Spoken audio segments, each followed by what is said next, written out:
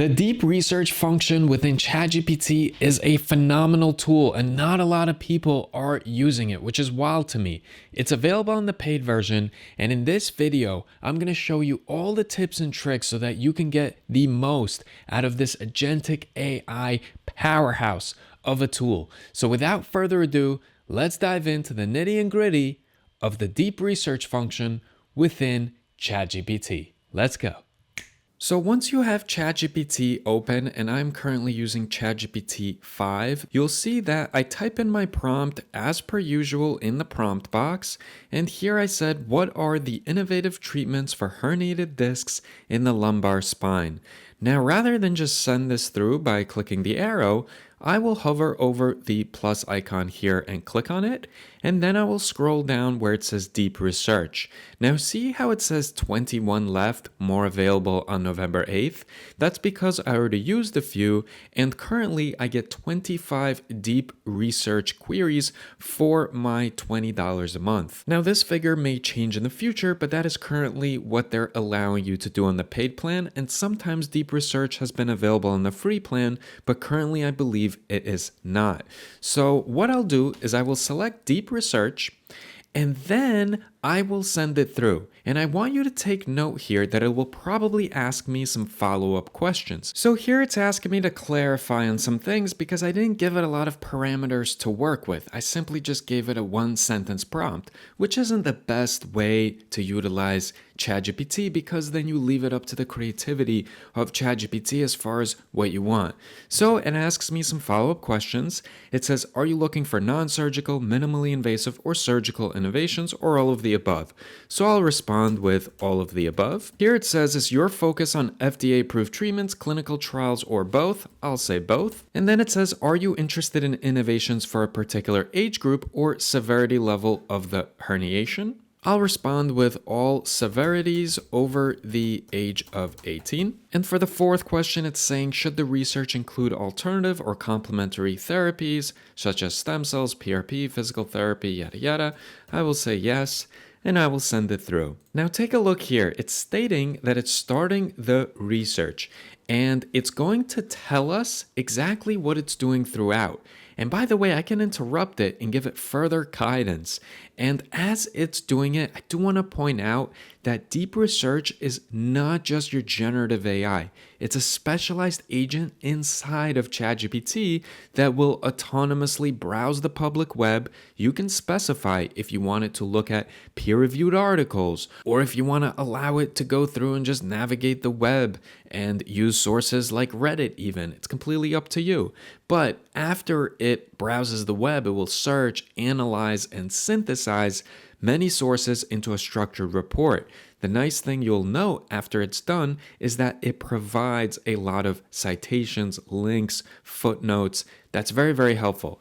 Now, you might see here that it just started the research and it's taking it a long time. This is actually good. I wanted to think from anywhere between 5 and 30 minutes, honestly, so that it gives me a very comprehensive answer. So exactly 15 minutes later, we have ourselves a response. So take a look here. Innovative treatments for lumbar herniated discs. And I'm not going to bore you by reading the entire article, but I do want to point out it is highly detailed.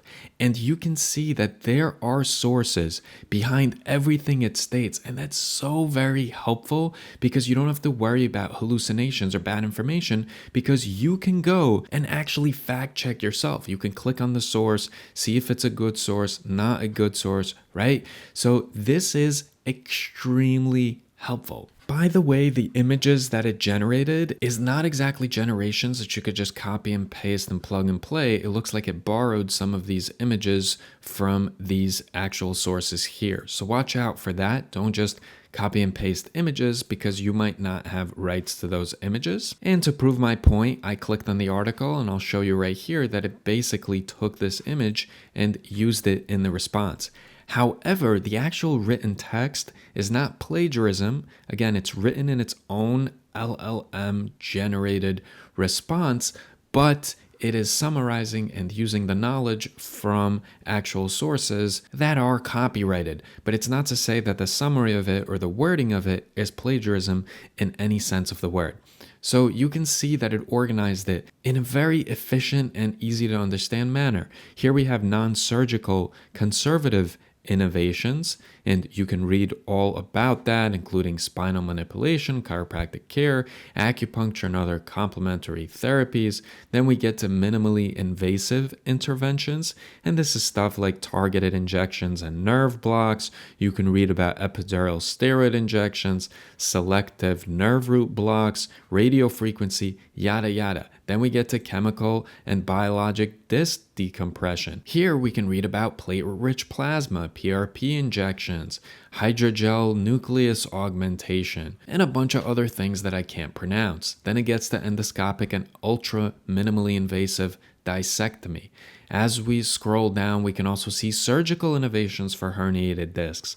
So they have micro discectomy, they have annular closure devices, artificial disc replacement, minimally invasive spinal diffusion, so on and so forth. And we're only halfway through this response.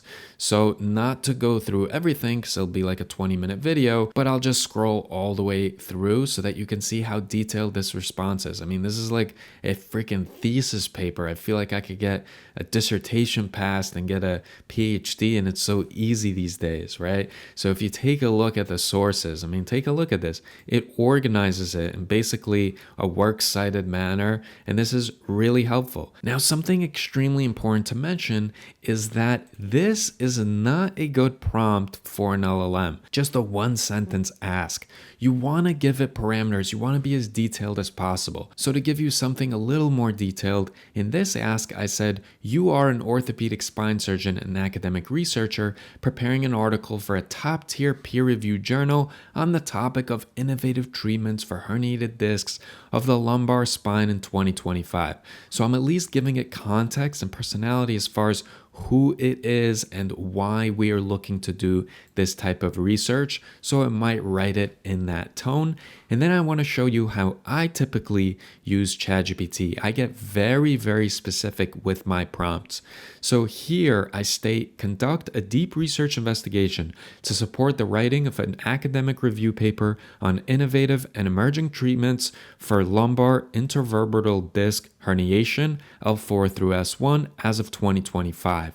I give it the objective to summarize the current standard of care, surgical and non-surgical, and then I ask it to identify and analyze recent innovations, including but not limited to, and I state a bunch. I also ask it to evaluate clinical efficacy, safety, and cost effectiveness based on peer-reviewed data, highlight controversies, limitations, and ongoing clinical trials, and identify gaps for future research relevant to orthopedic and spine surgeons. I also give it parameters, so only use peer-reviewed sources and major regulatory clinical trial registries. I also tell it to prioritize studies published between 2020 and 2025 and to focus on human clinical evidence, but include key translational or preclinical insight if relevant. Now, I guarantee you that if I send this through, it will be a lot more detailed and specific to what I had hoped for. Whereas when we just type this one sentence in and then we tailor it based on its questions, we're still leaving it up to ChatGPT on how to go and accomplish this task. But when I give it the guidelines, it will adhere to it a lot better, and it will give me something that I will be very, very happy with. So a couple of tips on how to use this tool and get the most out of it. You always want to define the task clearly and with scope. You want to choose deep research when depth actually matters and you need these multi-step tasks and not just a generated response real quick, but actual deep research with an agentic AI capabilities that's doing the research for you and organizing it in a very effective manner. You want to also provide good prompt structure, which we covered right here. This type of structure is a template that I use all of the time. I also want to mention that even though it gave us this answer, I can continue to further prompt it and use more of my deep research credits. Remember, these reset every single month, and most months Those of us that are paying the 20 bucks a month, we're barely using the deep research function. And that's why I wanted to point it out, because some of you might not even know that it exists and you could learn so much from it. Even if you're just trying to use this to learn about a specific crypto or understand something about electrical engineering, and the very quick responses is not what you're hoping for, you want to do something that's a lot more intense and more comprehensive, this is when you can use this tool. As educators, it's helpful to use. As business analysts, it's helpful to use. Deep research is amazing, and you see the power of what these AIs can do when they actually have some time to think and don't just have to snap an answer out to you because they want to impress you by how quickly they're able to output it. When you give it that 10 to 20 minutes to go ahead and actually do deep research, you get very, very impressive results. So hopefully you guys learned something today. If I helped you out, do me a favor, keep me motivated. Like the video, comment, subscribe. I ask for nothing else. I'm sponsored by no one. I'm just putting out good, helpful content that hopefully lets you leverage these AI tools to be a productivity multiplier and to really take your business or your daily tasks to the next level. Appreciate you guys for watching this video in its entirety, and hopefully I'll see some of you in the next one.